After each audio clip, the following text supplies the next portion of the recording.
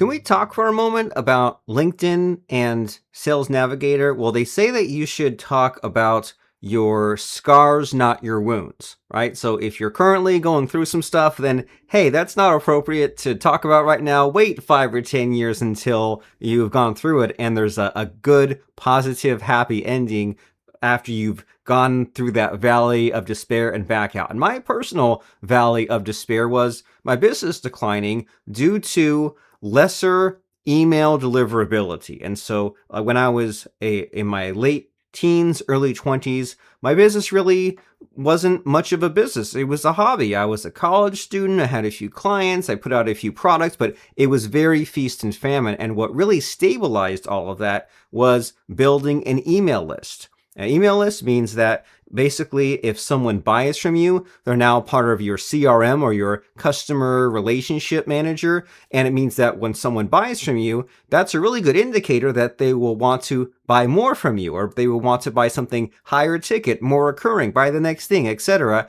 And then what some people think about as far as the email list is you give away a freebie, right? A lead magnet, and you say, hey, I've got this PDF document and I'll give it to you for free, but I'll give it to you on the other side of you giving me your name and email address. And all that's great. And once I started consistently building that list, all I had to do was get 30 signups per day. And that was a mix of, honestly, mostly paid people of low ticket $7 and $27 products. And then there was a mix of free people signing up as well. And just those 30 opt-ins a day, what I ended up being able to do was I had a list of, I think it was 10,000 or 8,000, something along those lines. I would email every day, 7 days a week. And I would be usually building up to a webinar, a course, or a book, or a piece of software.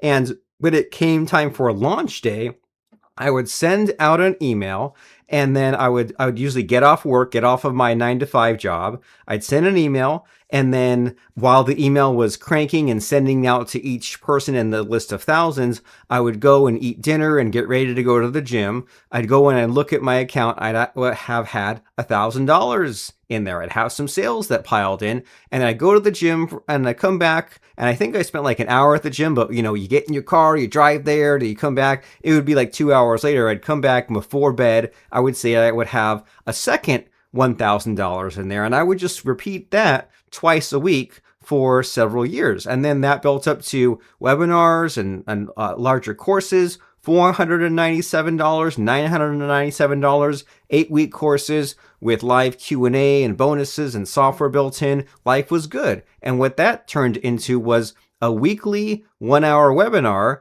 and we would sell about 10 copies of a $997 course. So we had a pretty consistent revenue stream, but then the internet became more civilized, less like the wild, wild west. And then when I sent out those emails, it was less and less. And then social media started picking up the space, and it was just kind of a sad time. And I thought to myself, well, how do I make up the difference? Well, I could make more deals, make more joint ventures with other people and other lists. And that was okay, but it was just such a slog, and it was making my business less stable, because I would make, say, a deal maybe about once a month where I'd promote them, they'd promote me, and it was very hit or miss. And some of these people I made deals with were a little not very honest, and so that might sometimes lead to a down month. And so what was the answer? The answer was LinkedIn. Now, LinkedIn is a place where it's like Facebook, except for everyone's posting and talking about their business, and they're fine being sold to as long as you're okay selling to them as well. And you have to have some nuance. You have to be careful. And that's where Sales Navigator comes in, which I'll show you in a moment. But LinkedIn is the place to basically make sales one-on-one, especially through Messenger. You meet new people and you nurture the leads that you get. And when someone said to me just this morning, well, isn't LinkedIn Sales Navigator that place where everyone spams each other? And I'm so glad that came up, because here's the thing, is if you are just using the regular free version of LinkedIn, then I think they might limit you after sending like 3 messages. They might limit you after friending like 25 people. And I'm pretty sure that, say, if you found this person, Candace Chambers, I'm pretty sure that, oh, she's already my friend, but let's say Tim Schmidt, right? Am I friends with him? So basically, it's like on Facebook, right? Where instead of friending someone, you make a connection. You look on their profile, and we can click on this more button, and I can click on this connect, and this means that would be to friend him. And so he's my 3rd level connection. So if you are friends or you're connected with someone on LinkedIn, that's your 1st level connection. And if you're a friend of a friend, then that's your 2nd level. And then this guy, Tim Schmidt, is a friend of a friend of a friend. And so I think that if you are new to LinkedIn or you don't use it very much, then you need to get to 500 to 1,000 connections. And of course, they should be people that you want to do business with, but you need to grow your circle. Because if you have someone that is a 3rd level connection and beyond, you won't be able to see that much about them, and they might not connect with you. So you want to have these 2nd level connections. And so if we see this guy, and so this isn't someone I really want to connect with anyway, Spectrum News, but if we do a search, right? And if we say, I want to connect to other podcast hosts, and maybe I'll podcast swap with them, well, we can go and maybe Emily Vasquez. What we do is you find her, and then so sometimes the connect is in the more, sometimes it's in the connect, but you connect, and then you never just send without a note. You always add note, and you send a message that gets them to accept and gets them to begin a conversation with you. And if you've ever done any kind of online dating, this is in that same skill set where you have a small window and there's not a lot you can say, but you need to say something that gets attention, but also sets the proper foundation for the conversation that you want to have. And so that's the beginner's crash course on how you add someone on LinkedIn. But how do you use Sales Navigator, and what's all the hubbub, the hullabaloo, as they say, about this spamming that happens? And so here's what they're talking about is when you go on LinkedIn messages, here's like your inbox, and then there's like this other inbox where people just kind of spam people. And I get these all the time where I get friend requests, probably like maybe 2 or 3 a day, of someone saying, hey, I'll do some lead gen. Hey, I'll get 5,000 reviews on Apple Podcasts for your show. Or they'll send a big long message. I'm like, I'm not going to read that. I'm not really that interested in that. But what I am interested in, what I do buy from, is someone who can help me get to my goal, someone who can help me on the path on my mission of my business. And so that might be someone that can refer me a podcast client, or someone where I can get on their stage, or we can podcast swap, or just someone that I would want to have in my orbit. So this kind of spam area is what we're talking about here, right? Is the other inbox or the InMail. And so that's the kind of confusing part, I think, about Sales Navigator. So the free version of LinkedIn is, $0 a month. And then this icon at the top right is $99 a month, and it's called Sales Navigator. And I've been paying for this for, I believe, 6 years straight. And it's kind of like it's still on LinkedIn, but it's like a separate-y LinkedIn, right? It's like LinkedIn, but even more businessy. And what I like to do is I use Sales Navigator to find lists of people and start up conversations with them. But I have to be really careful about using Sales Navigator to find them, but then when I view them and I talk to them, I use LinkedIn Messenger, if that makes sense. And so here's what Sales Navigator is there's all these areas I don't use, but what I do use is the save searches. And so what you would do is you would figure out, and here's my searches, right? Best-selling author, finance and author. And so if we just clicked, I believe, lead filters, here's like the screen that we use most of the time, where you can search for someone based on keywords, and you can also narrow down by those 1st level or 2nd level connections, and you can also exclude people and maybe narrow down by geography. And so it's really overwhelming at first, But if we just say, okay, well, what do I search for? Well, if we go to first degree connections, well, then here's a list of 12,000 of my connections on LinkedIn. And if we narrow down to if they've posted, I believe within the past few months or so, that cuts it down in half. And then if we narrow down to, I like to say people you interacted with, viewed profile. And here's where it gets really cool is you can include or exclude. So you can narrow this list down and just say, well, I only want to see people that I've messaged with. Now that seems like a low number, but I guess I'll take it. Or we can say, I only want to see people who I have not viewed their profile. So this is really interesting, right? So now we've narrowed down.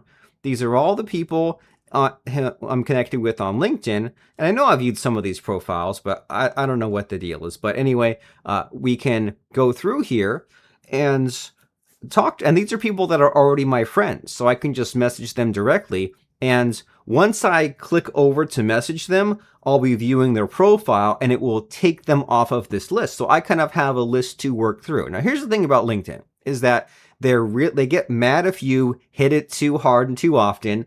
They assume you use automated software, even if you're just a hard worker like me spending a few hours on it. And they don't want to go too fast. They don't want you to use automated software. They don't want you to send out the same message every single time. And they don't want anyone else logging into your account for you. And here's what we're looking at.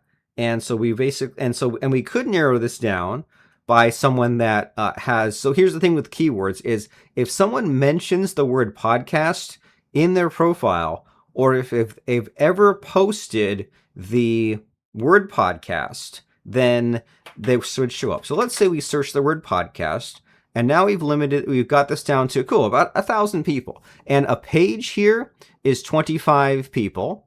So that means that there's 40 pages worth of people. And if we want to stay in LinkedIn's good graces and not get limited or banned or worse, we need to just put in maybe 20 minutes a day on this, slow and steady, and just work through one page per day.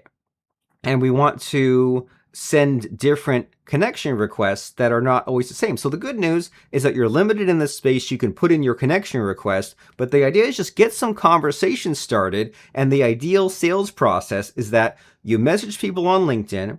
That leads to like what they call a discovery call in sales terms, where you're just meeting on LinkedIn, figuring out if you can help each other. Really, it's like trying to sell each other. But if it then makes sense to do what they call a strategy call, then you figure out what's a plan moving forward, working it together, and what the work is and what the price is. And then it's just a matter of will they buy or not. So that's kind of what the sales process always has been, and how it translates to this modern era of LinkedIn and getting on Zoom and sending a Google document and all those other things. And so we searched podcast, who are people who are already my friends, who posted on LinkedIn, whose profile I have not yet viewed.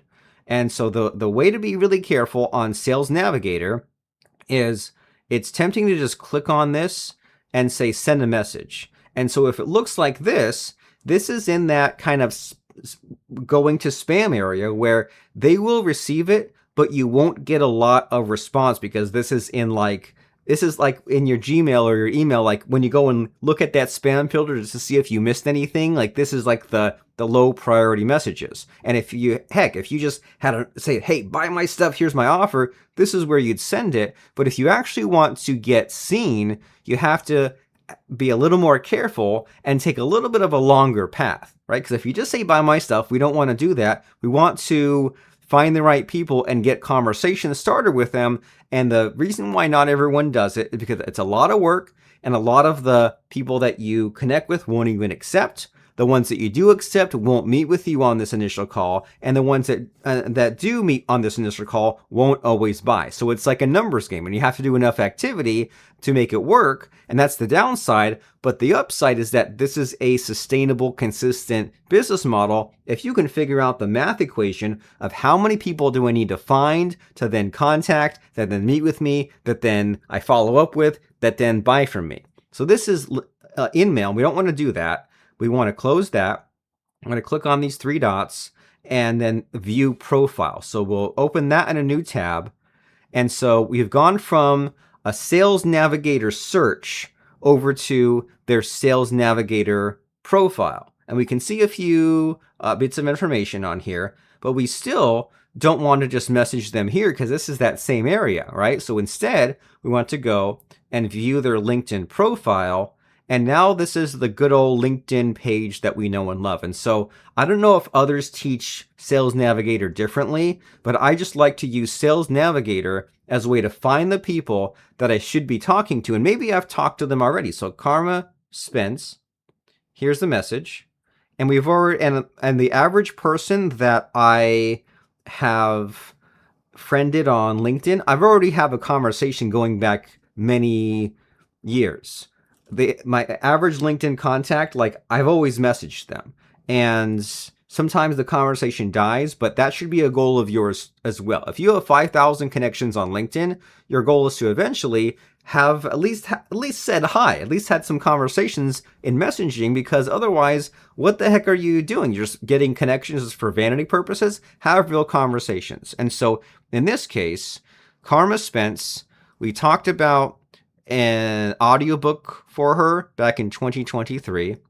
And it's good to do a little bit of extra research on them, right? So we go on Amazon, we see about what they have on. So she has Serve Up Your Book, and she has a public speaking book. We maybe search Karma Spence Apple Podcasts, and maybe search her on YouTube as well, just to see what she's up to. Because again, LinkedIn really doesn't like if you blast the same message, but they are fine if you have just done a little bit of due diligence. So it looks like she's been on a few podcasts, the Author Switch podcasts, but I'm not sure if she has her own podcast. So here's Doug Crow. I know him. And Take the Stress. I've launched 5 podcasts over the years. Many have shut down due to overwhelm. And it's this. So this is her website. And I think I saw a typo. Maybe that was the meta. Oh, it's Tracy. So Tracy DeForge made a guest post on Karma's website. I know Tracy DeForge as well. She was a guest on my show. And so we can look at Karma's podcast, Coffee with Karma, and she's posted an episode today about book marketing. And so we can think about what we want to do with this, right? And maybe we can ask AI. So we can go to ChatGPT, and we can, if I had more time, I'd set it on Pro and come back to it later. But we can say to ChatGPT, I'm looking for podcast clients. Here's my web page. Whoops. I'm so used to just typing that in. So there's my web page. And then I'll just say like web page content. So that way it has those details. And then I'll say I'm using LinkedIn to find more clients for this. People who need a podcast managed. Usually someone who's launching a new podcast, but some want me to take it over. So what are the pre-qualifications? And should I invite them as a guest on my show, which is robertplank.com, or marketeroftheday.com, and is a show for entrepreneurs and business owners. And then I'll say about my podcast. And then I'll go to my about page for my show. Oh, no, wait. Podcast. Okay. So very few podcast shows have a page that just like lists all the episodes. So what I do here is I've got all this about the show. So about my podcast. And I have Calendly meeting links for being a guest on the show. And then that is that link. And then a pre-call link to vet, filter, get to know them. That is pre. Okay. So while all that is processing, what I'll do is now I'll get her profile here, and I'll say she has a book, she has a podcast. So there we go. There's the best fit client. And so let's see. So I'm looking at Karma Spence, and you won't have to do this a level of detail later on. This is just like the setup, and this is how I would use AI to just make a custom message. So in this case, this is reconnecting with an existing first level connection, and then near the end of this video, I'll make a new kind of message for someone new that I'm adding on LinkedIn. So I'm looking at Karma Spence. She's an existing first level connection, and then we'll paste. So there's a URL. And then we'll just highlight and paste her whole profile on there. And we say, she has an existing podcast, which she posted to today. And also in my head, I'm kind of figuring out a little bit of a checklist, right? Because we saw that there was the Tracy DeForge guest post, but does she have guests on her podcasts? So she talks about book authority. I guess I'll paste this as well, right? It doesn't look like she has guests on her podcasts, and it looks like she's a book coach. I'd like to have her as a guest, but I really want it to lead to her being a client or a referral source. And we'll paste about her latest podcast episodes as well. And she has a few books. So what should be maybe like the attention getting message to her? We haven't messaged in a while. And the ideal sequence once she replies. I don't want some big long wall of text. I just want to get the conversation flowing. So we gave all that, and what I'm going to do, and I won't show you all this, but over time, I'll keep on iterating and pasting through the LinkedIn profiles of some of these first level connections. And I'll keep doing that until I like the output. And then once I do, I'll have ChatGPT create what's called a handoff document, where we can basically like recreate this every time without drift. And I'll ask it to tell me what to click to make a custom GPT, which means we'll have like a default setting every time we want to send a message to someone on LinkedIn. So that way it's thought through, it's AI and human assisted, it's not mass messaging, but it also allows us to get through those 25 people per day. So we say, and here's what it says. It says to send this. It's been a while. Saw your Coffee with Karma episode and authority book marketing. It isn't. See, it's even like writing our message for me. So I felt a little guilty if I feel like, well, I like this, but so would you be open to being a guest? And then if she replies positively, you figure out the angle, you give some ideas, and then you meet for the pre-call to figure out the angle. And then if she asks what the show is about, then here's some responses here. But basically, we could just paste in her reply, and it could then generate what we say. So if I feel bad about all that, I can go to her YouTube video. So what I'll say instead, so I can talk about an actual episode, I'll say base it on this. So I'll say instead base it on this video she posted 3 days ago.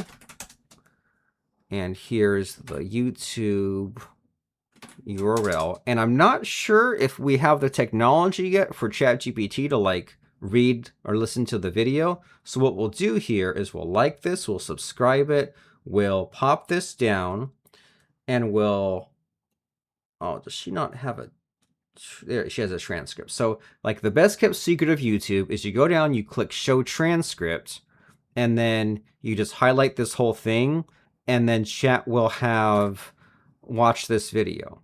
So we'll just paste in that transcript. And so that way we can be guilt-free, and that way we can remark about actual content from her latest video. And we'll have to, so after like the whole thing, oh, I like the shorter version. Getting support without giving your, there we go, Mercury 7 metaphor. All right, so it's generating way too much for us, but that's okay. We're prepared, right? We can kind of see, all that matters is this message will send to her, and then we know what we might say when she replies. So that actually is very helpful, and it's already the way I want to send this. But if she replies, I can just go and paste in the whole message history, and it'll figure out what to send next. So we'll go here, and we'll go and click on message, and then it's been a while, almost a year. And then we'll kind of de-AI it. And there we go. So it's short and sweet. Maybe she can tell we use AI assisted, but I don't think there's enough of a length for her to know. And it's what I would have sent as a message anyway. So even on the off chance that she finds this exact YouTube video and finds this exact point at 27 minutes in that I used AI to cheat so I could kind of LinkedIn network at scale, I guess I'm guilty, but it's what I would have sent anyway. So that's, and we would just kind of go through there. And as I said, like, it's a little time consuming at first, but if you just spend 20 minutes on it, you'll get faster. And especially when you can get to the point where you just paste in. And I haven't got it all figured out, because I think I want to like take their name, search Amazon, YouTube, and their website and podcasts, and then maybe paste all that into ChatGPT and have it figure out like the profile of them, right? Because if they have a podcast, maybe they are unhappy with the production. If they have a podcast, maybe it's been a few months since an episode and they need help getting it started back up. Maybe they don't have a podcast and they want a new one, or they've guested on shows already, which means they'd be a great guest on mine. So we would just go through and talk to our first degree connections. And then the other kind of angle here is then to talk to the second levels, right? People who are friends of friends, because we do want to grow our network. And LinkedIn has all these limitations. And so if you add like 130 people per week, then they'll limit you and they won't let you add any more. And you don't want to get to your limits, because then they might like watch your account more, and they might kind of temporarily suspend you. Even if you're just human clicking, they still, if you're going too fast or doing too much, they assume that you're a machine. And so if we uncheck this first degree connections and then add second degree connections, well, here's the fun of this, is that you can either just go through this, there's 80,000 results, and you can still go through one page a day. But what's also fun is if you have a friend who's like a really social butterfly or something, you can say, hey, I'll look at secondary connections, friends of Mitchell Levy, and that's a fun way in, right? So just 242 results, just 10 pages, like that's doable. And so here's what we can do for this, is we can say, so first of all, like, what kind of person do we want to maybe perhaps pass on or invite to our show? So maybe that'll be the next ChatGPT problem to solve. So we close down all these other tabs. So here's Gary Napotnik, and here's this profile. And we're kind of like building the logic here of what will eventually be our reusable custom GPT, if that makes sense. So we'll say, here's another LinkedIn profile, second level connection. So I just need to know what to say for the connection request. So keep in mind the character limit on that. And I've found him as a mutual connection of Mitchell Levy. So maybe we can work that in to the request.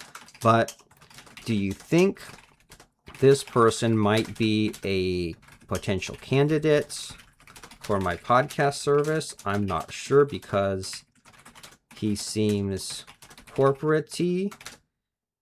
So either tell me not to add him or exactly what to paste for the connection request. And then we'll paste in his LinkedIn profile as well. So also coming together and thinking that the future custom GPT I make, it might ask, is this a first level? Is this a second level? So he may be a good fit. So I'll say, I'm doing a search in Sales Navigator. What might I search?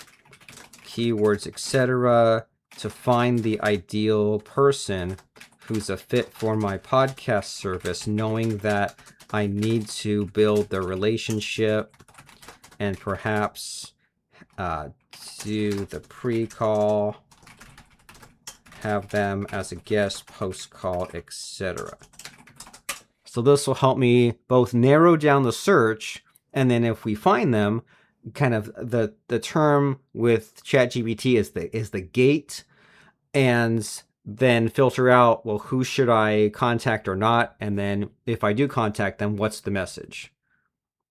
So authors, speakers, coaches, experts who sell through relationships, B2B services. Okay, so let's try the author, speaker, coaches. So what you do is, here's the keyword, and then we'll use post it on LinkedIn and change jobs. So we go and we search this, and then we won't do the Mitchell Levy friends. Actually, I wish I should have kept that to see what the total number was. So 280,000. If I add the Mitchell Levy, we'll see what that gets us at. 911. And then if we change jobs, that's only 22. So we finagle this to get it to where we want. And then if you get a really detailed search, then you get to the point where you can just click on this save and always come back to this same save search. Okay, so we have Julie Cooley. That's intimidating. That might be someone who's like too good for me. But let me try Will Quinn. All right. So instead of just connecting, we view profile. And then we'll kind of clean up some tabs here, but we don't go here. We view the LinkedIn profile. So he has a new book. I see that right off the bat. So Will Quinn, and then we'll search him on YouTube, and then Will Quinn, Apple Podcasts. So he's been a guest on some podcasts, but I'm not sure if I can find a podcast of his own. I guess I could always log into Listen Notes. And Will Quinn. Oh boy, he's got one of those names that's not friendly to searching. So, Supply Chain Now. And on podcast, it doesn't look like he has his own podcast. And then to find his, so Gray Bar. Try to narrow down the right one. Retired U.S. Navy, is that the right person? I'm not sure. So Warehouse, okay, Warehouse. Industrial Supply, okay, so this one's him. He does all this kind of supply chain stuff. And then Modern Warehouse Management. So he's got a book. And he doesn't have an audiobook. So that's also interesting to me because I also narrate audiobooks, but that's not what we're here for, right? If I wasn't recording a video, I'd definitely... All right, you know what? I'll mention the book, right? So let's see. He's got... we'll tell ChatGPT, right? So here's a second level connection that matches search number 2. He has a book. And here's his LinkedIn. So there's, just paste the whole LinkedIn. And so should I add him? And what connection request message? See what that gives us.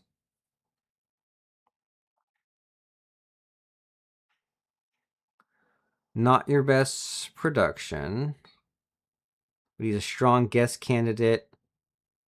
Okay, so lead with book and leadership and guest potential. So we click on this copy, and the whole reason I wanted to show the second level is just show how to friend. So here we go. Now we're viewing his LinkedIn, not his Sales Navigator. We click on more, and we click connect, and then we always send a note, and then we paste it in, and we make sure to take out the AI giveaways. And so I wanted to show this because if you find someone on LinkedIn that you want to conversate with, I know that's not a word, but start a conversation with, don't just send a message without friending them. Like, friend them and see if they accept, and then start that conversation. And then when he does accept, then it'll end up in our messenger area, and then we can just paste in his response and keep the conversation going. And so that's what LinkedIn is all about. I know that it's overwhelming, but if you understand a few of these screens here, especially the whole idea of like second and first degree connections, I think that's the most fundamental part of it. And then the save searches, that way you can just pull up this page, do a little bit every day. Maybe it takes you a whole week to get through a page, or you can do a whole page a day, but it's like slow and steady, and don't do any automation. And this is, for me, this is what brought my business back. Instead of just kind of hanging to the circling of the drain of email deliverability, I began using LinkedIn to find prospects. And it's all about like nurturing and building the relationship and doing these calls. And for me personally, the best path to put someone on is get them as a guest on my podcast. Why? Number one, if someone is willing to get on a podcast, if they have some public speaking experience, then that's just someone who's on like a higher level of their business in general, more confidence, they're more established, they're more serious. So even if someone's willing to be on a podcast with you, I think that's a good person to know, a foot in the door. And it's kind of like inviting someone over to your house, right? Because sometimes you meet with someone and you're just some stranger on the internet. Who knows if they want to respond to you in messages or even meet? But if you meet and you say, hey, at the very least, I'd like to have you as my podcast guest, that's leading with value, right? You're creating content together, you're promoting them, and you're kind of establishing your relationship. So my website is dfypodcast.com. And wouldn't it be great if you could use LinkedIn in this way to find new future prospects, clients, referral sources for you, and you just devoted some amount of time per week towards this LinkedIn prospecting, but also you got these guests on your show and you met with them, and then you handed the recording to me and my team, and we created the SEO, the show notes, the reels, the graphics. We posted it on your social media. You tagged these people, and then you could then do your part of the follow-up. But that whole kind of block, that bottleneck of the podcast production, it holds so many people back. You can really like move mountains if you had your own podcast where you can get some of these people that you're looking to warm up and people that you want to stay on the radar and remain valuable to. You are providing value by having someone on your podcast, because podcast means you post to your website, make blog posts, you post on their LinkedIn. It means that you're posting on Apple Podcasts, posting on YouTube, all this distribution. You'd spend all day, every day, just clicking on all the different social media profiles, making it in all the different formats. Let me and my team handle the back end for you at dfypodcast.com.